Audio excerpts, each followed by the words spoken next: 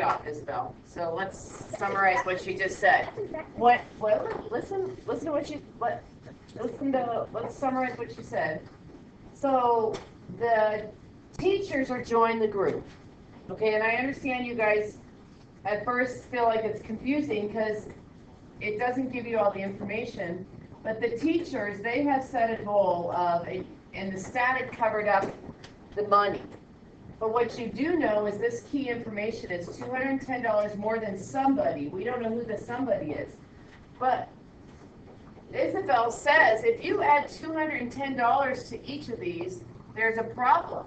When you add $210 here, you get $510. And that's a problem because it also says that in the end, after you end the $210, it's 4/5 as much as another class, which means it's less. So 510 is not less than anybody. So you can't add the $210 there. So then she would know then you couldn't add the $210 here either because that's over 600. So it means you have to add the $210 to the 8th graders. That's $360. That's $360. So I'm going to pause and we'll talk about questions there. So what that, in summary, so far what we know is that they have set a goal of $360. And that's $210 more than the 8th graders. So let's just pause and chat. Okay, so the goal is that you guys think, it sounds to me like, Jaden, you think, but it's only 4/5 as much, and you think this should be 7? Let's test it. Okay, so if I take the goal, my new teacher amount, which is 360, and add in, let's say, a blank page here just to help me out for a minute.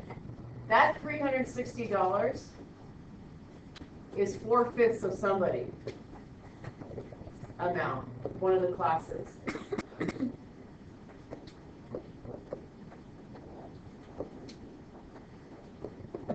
One of the grades. So one way to think of that, to check your work, is you have a suggestion on an answer, is let's just sort of think about this. Maybe I'll do it like that. If I make this into 5 little groups, let's check and see if she's right.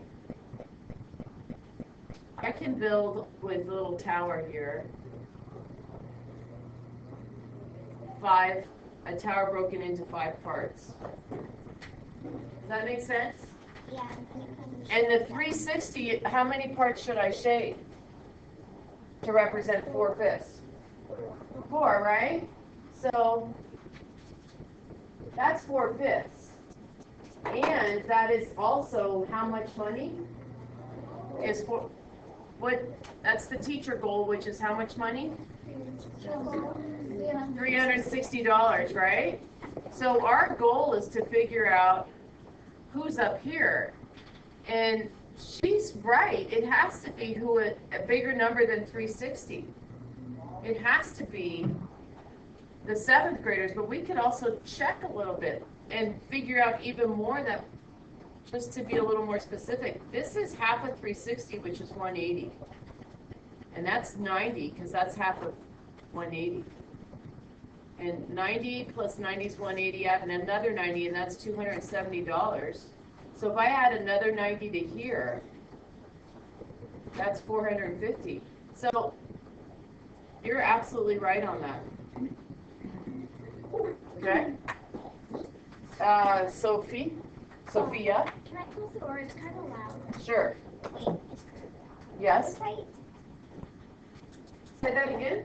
Who's right?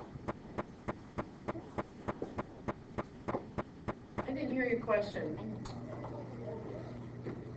So it was 4/5 as much as the 7th graders. You were right there. For every $60 the teachers plan to raise, Okay, and then you have to figure out what grade goes here. So what do you guys guess? Yeah, it's May 6, because why? Okay, good. So the little picture we have here, right here, that's a nice tool for part of the problem.